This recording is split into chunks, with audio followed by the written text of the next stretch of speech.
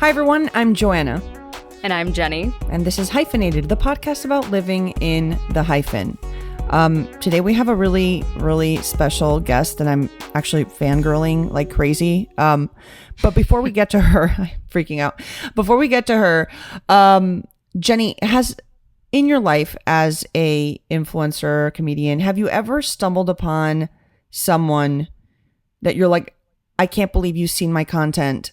Like you're not the target I thought I was hitting. And here you are. And I don't understand how you got here. How did you get to my work?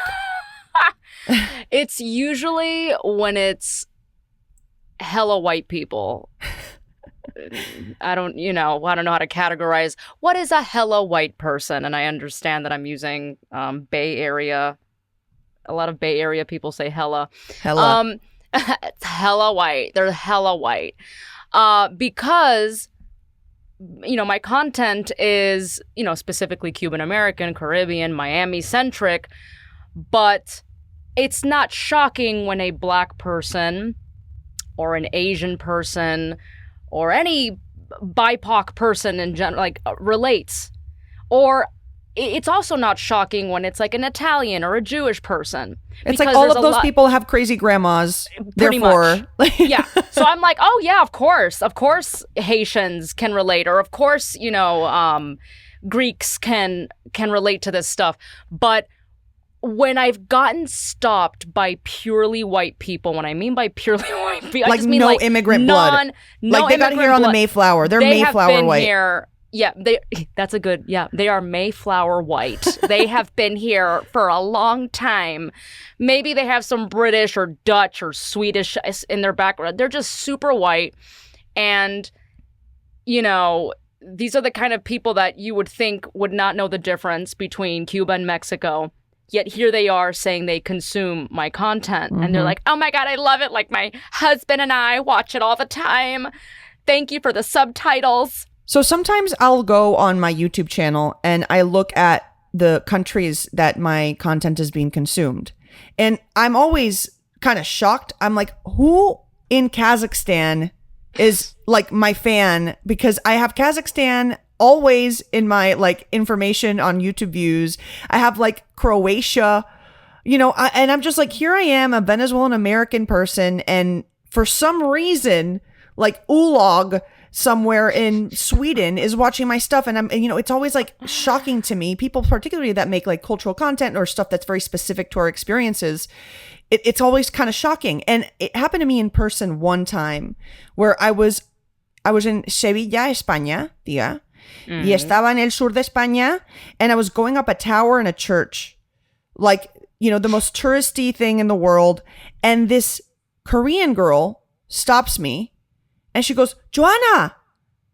And I'm like, I'm trying to make sense of what is happening. And then she talks to me in Spanish with a Korean accent. And she's like, I'm your fan. I love your work. I'm trying to learn Spanish. And I used your videos to learn Spanish.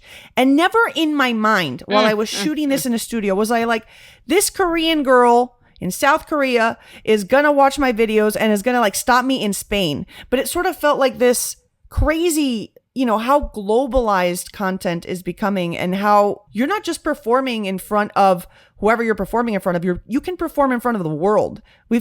Content and music and art has become so globalized. This is where I segue into our guest today because I'm so excited to have this person here. So one time, Jenny, I was on YouTube and I stumbled upon this song and I started listening to it. And this singer, performed the shit out of this song. There's a part where she goes into falsetto. It's almost like watching someone pole vault with their voice. And then I just became completely consumed with her content and with her songs.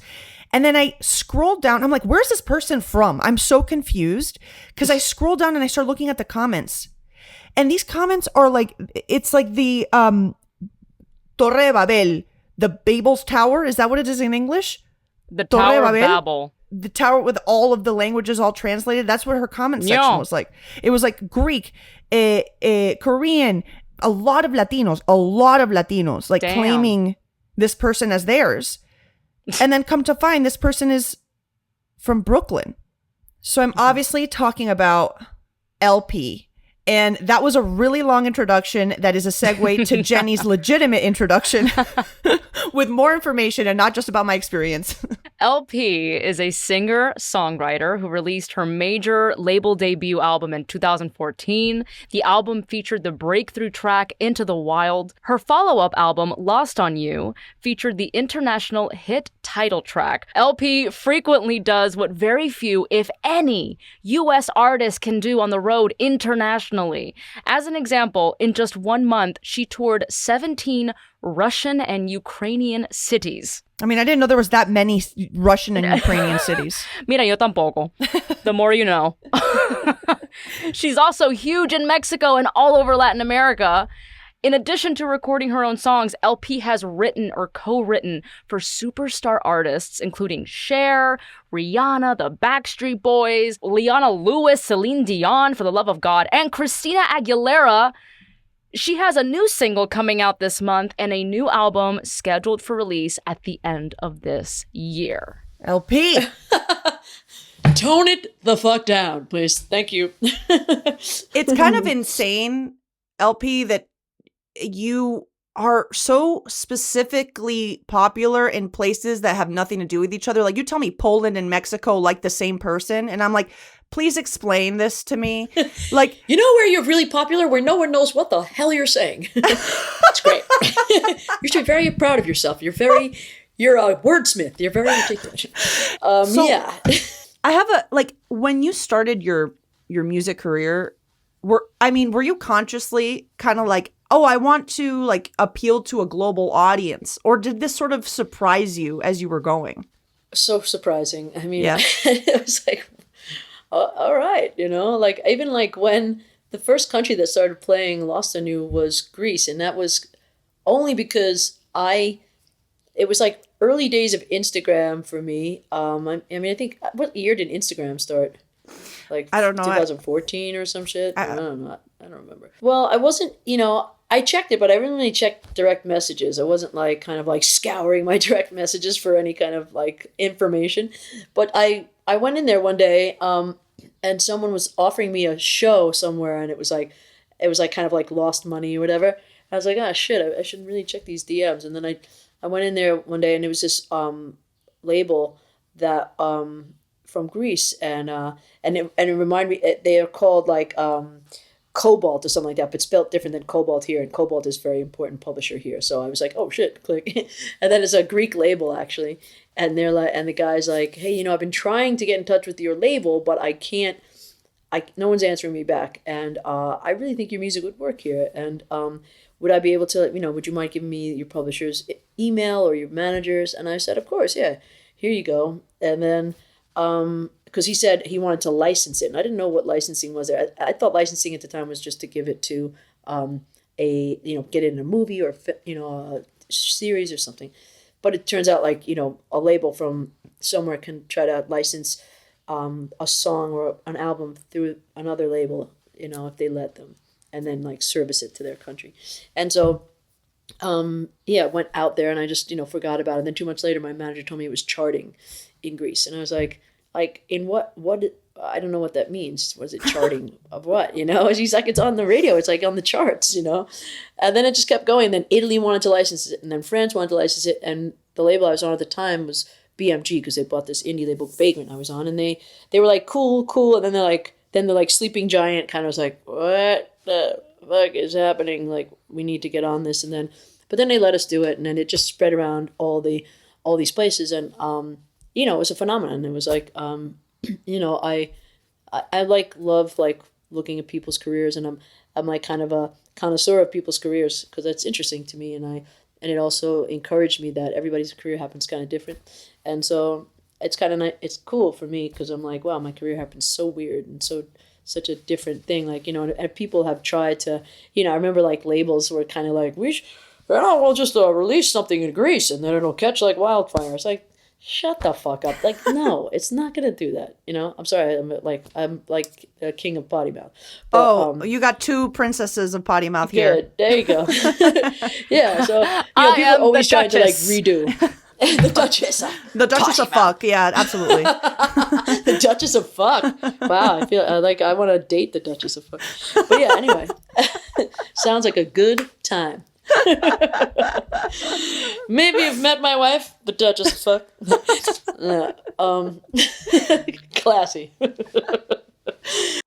And now it's time for our very first ad. Can you believe it, Jenny? I've waited for this day, Joanna. De Viaje con los Derbez 2 is a comedy docuseries that follows one of the most beloved families in Latin entertainment. The cast includes Eugenio Derbez's real-life star-studded family. Together, the Derbezes learn how to survive in the wild on a crazy family trip. Oh, God. The second season of De Viaje con los Derbez is available on Pantaya in the US and Puerto Rico. On Pantaya, you can enjoy hundreds of movies and shows in Spanish from the comfort of your home or anywhere else by streaming them on your cell phone. Like El Juego de las Llaves with Maite Perroni, that's gearing up for a second season. So here is the exclusive limited offer. Exclusive limited offer. Enjoy Pantaya for just $1 a month for 3 months by visiting pantaya.com/pitaya and subscribing now.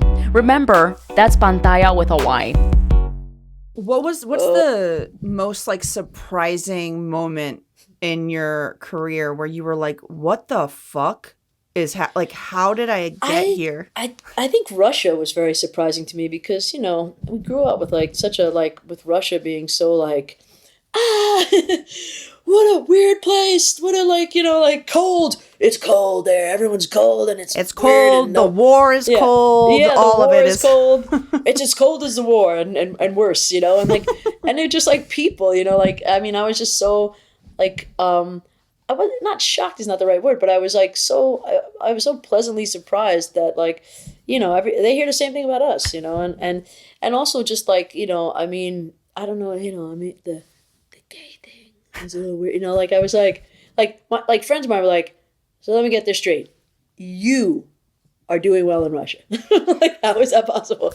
And I was like, shh, I don't know, and I think it's also because I just don't, I don't myself, like I want to live in a diverse world, and I want people, I don't condone hatred of any kind, but I also know that like, people have, grow up like sheltered or like not even sheltered, just in their own thing, and they have to kind of be in their own thing. And I think, if you could bring some kind of difference into their, some kind of new color into their world and not force feed the issue or whatever, and maybe just kind of like take it easy and kind of, I believe that even though I'm very into change, obviously, and I know things have to change, some things immediately, but there's also like some element of like a glacial pace in how we kind of bring enlightenment to like the world and like show people that there are, that yeah, you may not agree with this person's politics or their, how they like live their lives and their sexuality or whatever, but it doesn't mean that, you have to throw a bunch of hate at them. It's like, I'm not trying to like, seduce your sister or your daughter or anything, I just living my life, singing songs. Do you like songs? Here's a song for you. I don't know. I just kind of try to kind of coast like that and just be an example of what I'd like to see more of in the world, and not to exclusion of other things, Just through existing and through your work. It's just like... Yeah, and, and maybe I don't push enough. I think some people have a super agenda, but I think sometimes you can lose things along the way, and sometimes when you, slow and steady wins the race a little bit sometimes. Maybe Putin is like, jamming out to One Last Time, and he's like, yo, maybe this whole like, homophobia, I should rethink, because this is hot. Well, one of the guys, one of the like the one of the deputy prime ministers of Russia saw me in a show and was always at my shows. Wait, are you kidding me? Mm-hmm. Yeah. I don't know if it's cool if I talk about it. I don't think he is anymore, but yeah, but it's like very, and I remember, because he would send me all these singers that he loved, when he was young, like, in the 80s and stuff like that. And they were all like big song, kind of big voice kind of singers. And then I understood it, and it was just, I don't know, it's cool. He used to come bring like 6 dozen roses to like my dressing room, just his kids, and and he was a lovely guy. Even though I don't know what he did behind closed doors, but he's always lovely to me. So Interesting. what am I gonna do? Interesting. Oh wow! I was not expecting that. That is the weirdest thing you could have said. Oh, there's more. I'm giving you the G version, but yeah, it's cool. But wait, we're the Duchesses of Fuck. What do you mean the G version? Who's the Duchess of Fuck? Who is she? Boo boo. I think we should start a band called the Duchesses of Fuck. Me and Jenny can't sing, but you can do all of it, and we'll just dance in the background. My producer Mike Del Rio and I, he came up with this hilarious side project name for us called Dyke Van Dyck. Ooh, I like this. I would be into all of that. What? So if you had to describe your music, like if you had to like write the spark notes of your music, like and describe it to someone, what would you say? Like what do you say? I feel like something along the line of like kind of like anthemic indie or something like that. Because it's not like a lot of my stuff's very like but it's not. But it's a bit left of center, and people it's not like it's not Dua Lipa, but it's not like more in that direction than something like Big Thief or something like that. You know what I mean? Like I don't like. I've been lucky enough, I think, because I think that's a cool thing, is to kind of be, I don't have to adhere to any genre, really. I don't really feel like that. I feel like, I'm able to do a broad swath of, like, styles in some way, and not be like, I don't really know how to describe, my music. It's like, and I feel all douchey, like it's like some lofty thing, like, no, I couldn't possibly categorize it. It's too, I just don't really know, and when if I ask someone, they're not like, they can't really describe it either. Because your music is so unique, and again, you can't really box it into any one category, which I love. Do you feel like you took inspiration from artists like I feel a lot of musicians have growing up? Who would you say your top music artists are? Yeah, I got my like pillars of things, like kind of like the Stones and Jeff Buckley and Roy Orbison and like Kurt Cobain, like kind of like this kind of like, and then it like goes out and there's like, and Queen is in there as well. Just this kind of like, there's a lot like the Queen like operatic vibe with the anthem and the quirk in it, and the Jeff Buckley with the again like just the like he used all these voices that are not necessarily like pop or even rock. It's like border on like the surreal like kind of like operatic shit. I don't know. I don't like. And then there's like, those are all the men, and then there's all the like, and then there's Aretha Franklin and Chaka Khan and Joni Mitchell and all Pat Benatar, Stevie Nicks, and all that kind of stuff that like I feel like taught me how to use all the different voices, and yeah, just like from head voice to like to the belting and the histrionics that are part of my sound, so. Yeah, it's just I'm very eclectic. Like I can be listening to like from like, Frank Sinatra to like, Jesus Christ, I don't know, in a day. I don't even know, but I go across the whole thing. I've been listening actually to a lot of Latin stuff, of which I probably can't name any just because I've been on like these playlists of my friends, and but yeah, I know I'm always open. I'm just like people with me. I don't know what they're saying, but it sounds very romantic and beautiful. A lot of Spanish songs are they sound romantic, and it ends up being about fucking. So, like I love ranchero music. You know what I mean? Like it's great. But I think it's really interesting that you sort of say you can't really categorize what you do in one category. It's a multi-hyphenate. It's multiple things that influence you. Yeah. Do you think that like the music industry generally it sort of forces people into boxes? Like, oh, this is the pop singer. Yeah, well, I mean, I was, I've had so many record deals in the States, and I've had 3 indies and like 4 major label deals. And in all that, in the first 2 major label deals, which were like my first 2 big record deals, it was like a 3-year period. And I wrote so many songs and they put me in all these different directions. They didn't really know what to do with me because they were trying to figure out what to do with me. And I remember I got dropped by one and then I got picked up by another one. But my manager at the time tried to bring me back because to this other label that was in a bidding war. I signed on the Def Jam and then Jive wanted me. But when we went back to Jive after I got dropped, the guy at Jive was just like kind of like in no uncertain words was just like, no, we kind of have that like dyke rock pop singer already. We took care of that, and I was like, ah, shit, like I missed my slot. God damn it. And it was just like, they kind of try to put you in the, in these things. And and so that's what happened. I went like, it was kind of like foreshadowing and like kind of preparation for what actually happened to how I, was able to roll because they put me in all these different directions when I was going for it as an artist, and I had to like try to run as fast as I could with all these big songwriters, and I learned a lot from that. And then after that, I got a publishing deal, which is like a record deal for songwriters, for lack of a better, quicker explanation. And I started writing songs as a career, for other people, and I kind of hustled because I was like, I'm gonna get if I don't like do as many different genres as I can, I'm not going to make as much money as I could because I'm going to get pigeonholed and then only asked to do the stuff that, I'm good at. So I just like hustled all around. That's kind of how I got like the Rihanna cut because I needed to kind of spread out and I was not in those kind of sessions, for like an artist like that.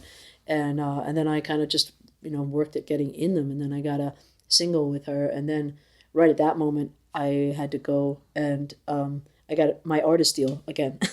And so I ran with that. So I think at the end of that time, and I'm saying in such a long way, that I was writing with so many different people and in so many different genres.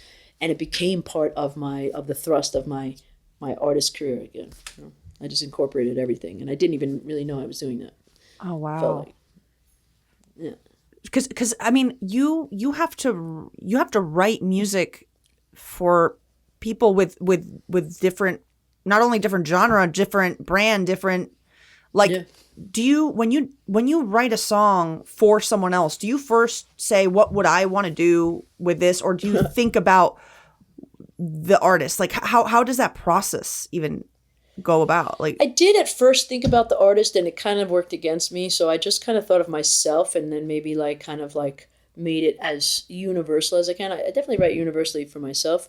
But now I know kind of how to do it in both ways, be specific to like what's happening in my life as well as universal.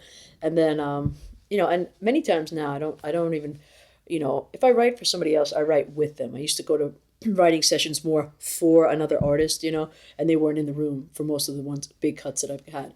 But now if like someone wants to work with me, I'll work with them.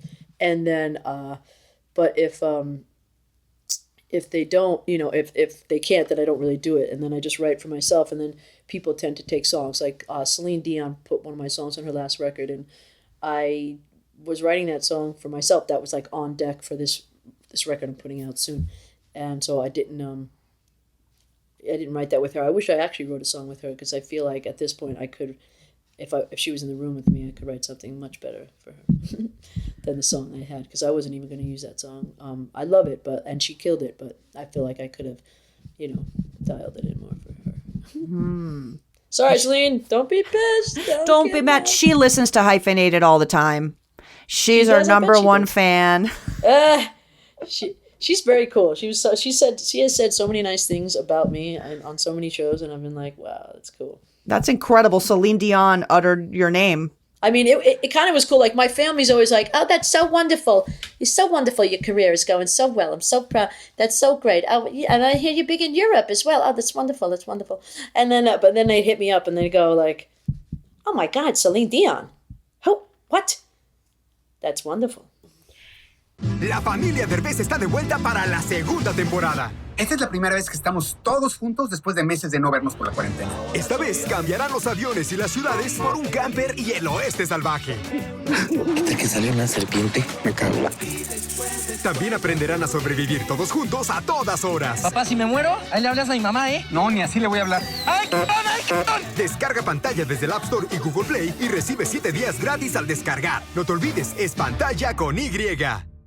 I'm just so fascinated by the way in which your career came about, because I understand that hustle of like, well, there's not enough room for me, apparently, and all of these boxes have been checked, so I need to find a way to survive and pay the bills and do what I need to do while staying within the music industry, while staying in the film industry, right? Which is where your songwriting career came into play. So do you sometimes think to yourself, man, had I not jumped in, chosen this path, written songs for all these artists from varying genres, where would I be today if I didn't do that? Totally. I mean, and I tell people, and I think there's other artists who maybe it wasn't as sharp of a turn each way for them, but going to write for other people, especially the way I experienced it, where there was no end in sight. That was the end game. I wasn't going, you know what I bet's going to happen? I'm going to write songs for 2 years, and then I'm going to get signed by Warner Brothers as an artist again, and then I'm going to have one decent live record, and then I'm going to fuck up my second record, and then I'm going to put out a bunch of stuff. They're going to drop me. They're going to drop me because they dropped me for Lost on You, and then like I'm going to get a little indie deal, and then I'm going to blow up in Europe. Like, I mean, that's hilarious. So those 2 years of writing songs for other people, I was like, yo, I better fucking get hustling because I need to, establish myself as a songwriter, get in these rooms. And I came up working in bars and restaurants, so I was like, that was always the goal. Like, I was like, get out. I don't want to have to bartend again, and I wasn't. I had to hustle because like you only get so many deals before you have to kick in and actually make actual money. Mm-hmm. But stuff like that. And I think I forgot the genesis of the whole question of this, but there you go.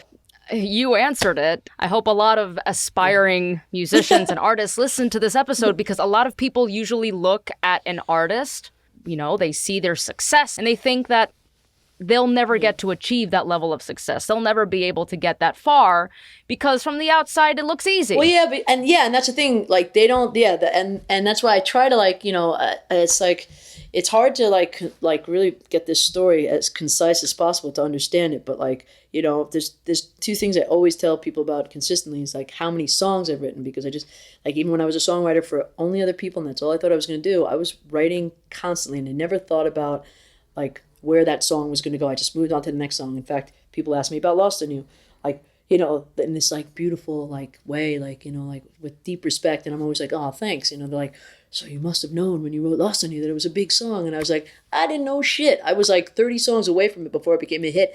And I played it for my label, Warner Brothers, who were amazing to me for most of the time I was on there, but the regime changed in the last year. I played it for the new guys, along with 2 other songs that have done well for me. And I got dropped from the label with that song. Mm-hmm. And I had, this is to inspire people. I had a $1.6 million bill with Warner Brothers that when you get dropped, that gets clean. You don't ever have to pay that. So I started my slate clean. I got a little indie deal. And on the first sync of, I got Muddy Waters got put in a Jennifer Lopez movie or something like that on a trailer. And I made my whole advance back and paid it back with that one trailer.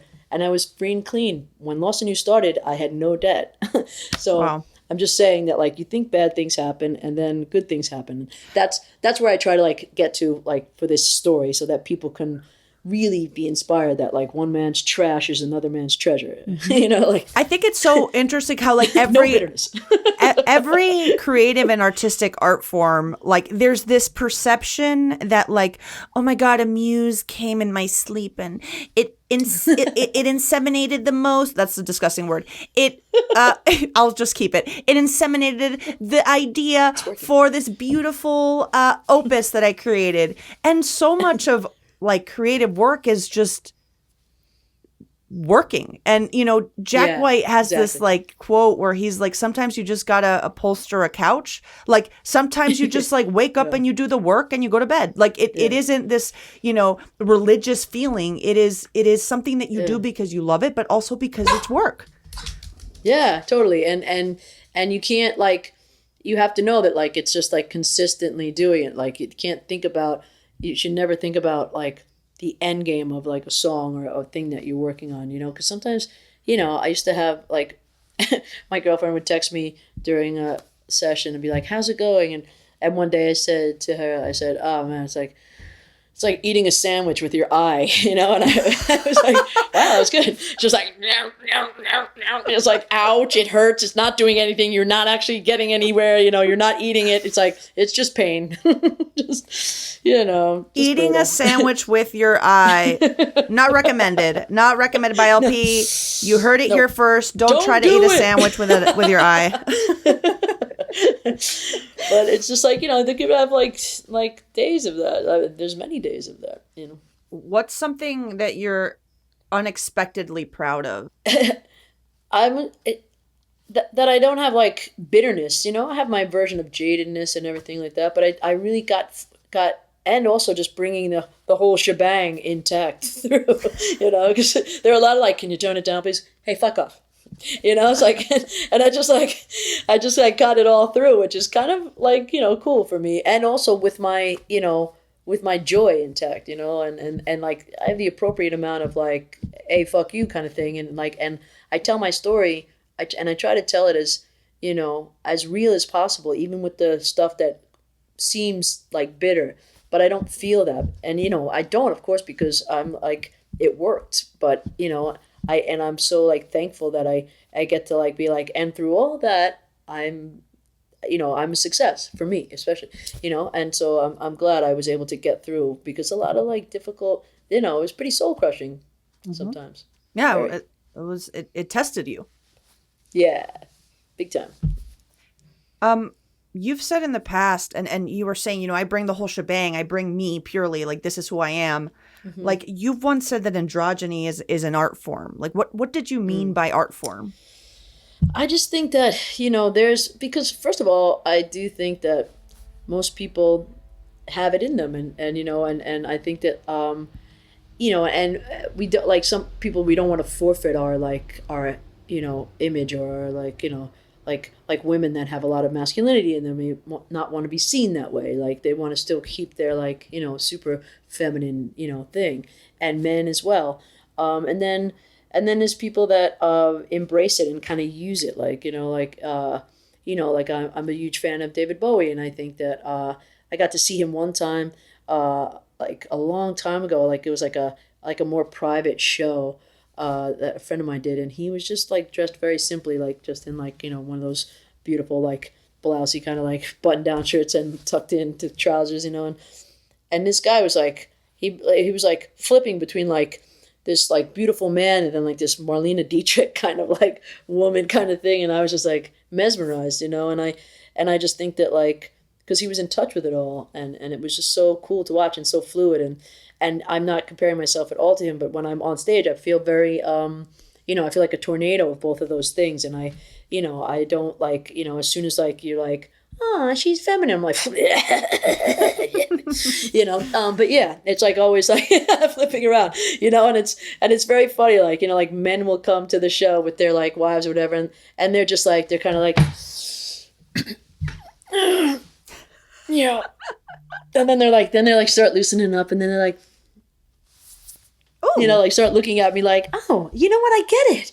You're not gross. You're even mildly attractive. Huh. Like, you know, like I can see the like change in the countenance, you know what I mean? I'm like, dope. It's like, there you go. Another satisfied customer of androgyny. And then isn't it wonderful? Everyone sees your boat tattoo on your chest, and everyone has crushes, man. Everyone crushes on that. You know, I think that the world constantly is trying to put our work, ourselves, how we, you know, exemplify our personality into boxes, into things that are easy to categorize. And I think a lot of what you bring is literally breaking that. It's it's actually enforcing the idea of, I don't want you to categorize me or my music. I am myself. Yeah. And that's it. And like, hey, what's up, Russian second prime minister? I don't remember who the guy was. Like, this is me. And like, maybe I challenge a lot of your ideas, but I'm just me. And and he was cool with it. like, I want you to be our third host forever. Like, I just want you to join Let's us. do it, man. We'll do a residency. How's that? Please. Oh my God. You guys Also, are so awesome. I know the moment that I post this, my fans are going to freak out. So many of them adore you. Like, there's a lot of Latinos that are like freaking obsessed with you. I don't know if you've noticed. Man. I mean, I love Latin America. On your YouTube I'm channel, obsessed with them too. There's like always comments like Latino for LP love, and there's like a million like thumbs up. So How dope. Yeah, amazing. So cool. Well, but I love you guys. Thank you. Oh my God, I'm literally freaking out. I'm Thank so red. you. From, Joanna from, is like, going to my cry nerves. after this. I'm going to have to console her.